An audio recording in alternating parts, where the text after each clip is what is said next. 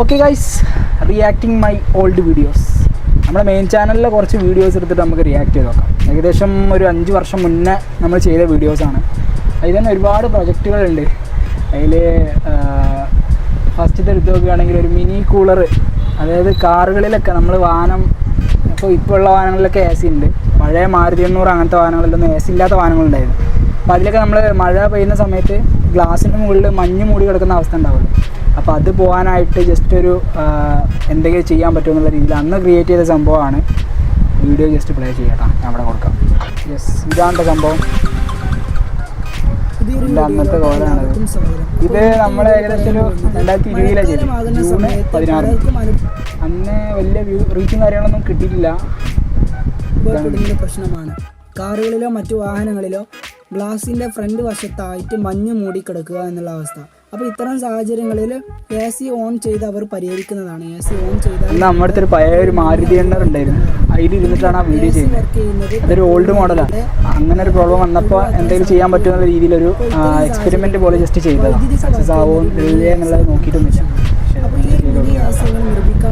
Okay, skip ചെയ്യുക just. അപ്പോൾ ഇതിന് ആവശ്യമായിട്ട് ഫസ്റ്റ് വരുന്ന സാധനമാണ് പെൽറ്റിയർ മൊഡ്യൂൾ.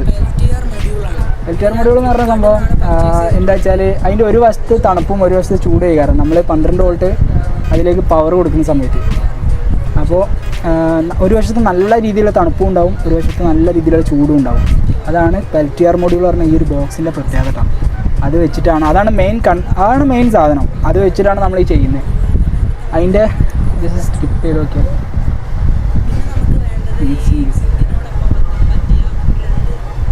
CPU-ൻ്റെ 2 ഫാന്.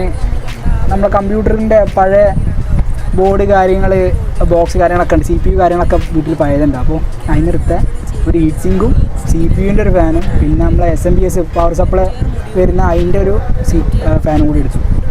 ആ ഫാന് പെൽറ്റിയർ മൊഡ്യൂൾ ഇതേപോലെ ഹീറ്റ് സിങ്കിൽ അതിന് ചൂട് വരുന്ന ഭാഗം ഹീറ്റ് സിങ്കിൽ വെച്ചു. ഈ രീതിയിൽ കണക്ട് ചെയ്യുന്നുണ്ട്. അപ്പോൾ അന്നത്തെ കമൻറ്റുകളൊക്കെ ഇപ്പം എങ്ങനെ ഇരിക്കും? അന്നൊക്കെ നല്ല സപ്പോർട്ട് ചെയ്യുന്ന കമൻറ്റുകളുണ്ട്. എല്ലാവരും ക്രിയേറ്റീവായിട്ടുള്ളതാണ്. ഗുഡ് ഐഡിയ, നല്ല വീഡിയോ ബ്രോ, കൊള്ളാം, ഒരുപാട് ഉയരത്തിലെത്തൊക്കെ ഒരുപാട് കമൻറ്റ് ഉണ്ട്. പക്ഷേ വലിയ റീച്ചും കാര്യങ്ങളൊന്നും നല്ലൊന്നും കിട്ടിയിട്ടില്ല.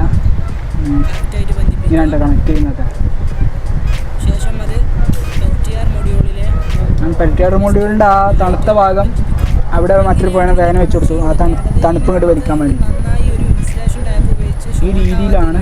പക്ഷേ ഇത് സംഭവം എന്താ വെച്ചാൽ ഡാഷ്ബോർഡിന് മുകളിൽ ഇതൊരു ബോക്സ് പോലെ അങ്ങനെ കിടക്കും. അതാണുള്ളൊരു ബുദ്ധിമുട്ടായിട്ട് അന്ന് തോന്നിയത്. പക്ഷെ അന്നത്തെ കാലത്ത് അങ്ങനെ തോന്നിയിട്ടില്ല. അന്നത്തെ കാലം എന്നൊക്കെ പറയുമ്പോൾ 2020 പക്ഷേ എന്നാലും ജസ്റ്റ് ഒരു കണ്ടുപിടുത്തം പോലെ ചെയ്തതാണ്. അതുപോലെ തന്നെ അതിൻ്റെ ഒരു സ്വിച്ച് ഇവിടെ നമ്മൾ വെച്ചിട്ടുണ്ട്. ഈ ഒരു സ്വിച്ച് ഇതാക്കുന്ന സമയത്ത് ഇവിടെ നിങ്ങൾക്ക് ഓൺ ആകുന്നത് കാണാൻ കഴിയും. ഈ ഒരു സ്വിച്ച് നമ്മൾ ഓഫ് ആകുന്ന സമയത്ത് അത് ഓഫ് ചെയ്യുന്നത് കാണാൻ കഴിയും. ഇപ്പോൾ നമ്മുടെ കാറിൻ്റെ ഫ്രണ്ട് ഗ്ലാസ് മൊത്തമായിട്ട് മഞ്ഞ് കവർ ചെയ്തിട്ടുണ്ട്. ഇപ്പോൾ നിങ്ങൾക്ക് കാണാൻ കഴിയും നമ്മുടെ ആ ഒരു AC ഉള്ള ഭാഗത്തൊക്കെ സാവധാനം മാഞ്ഞ് വരുന്നുണ്ട്, മഞ്ഞ് ഒഴിവായി വരുന്നുണ്ട്.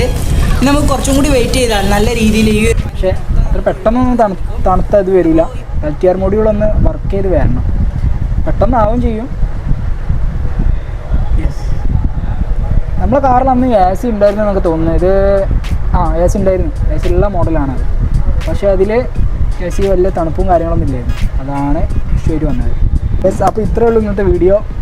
നെക്സ്റ്റ് ഒരു വീഡിയോയിൽ വീണ്ടും കാണാം. അതുവരേക്കും ഗുഡ് ബൈ.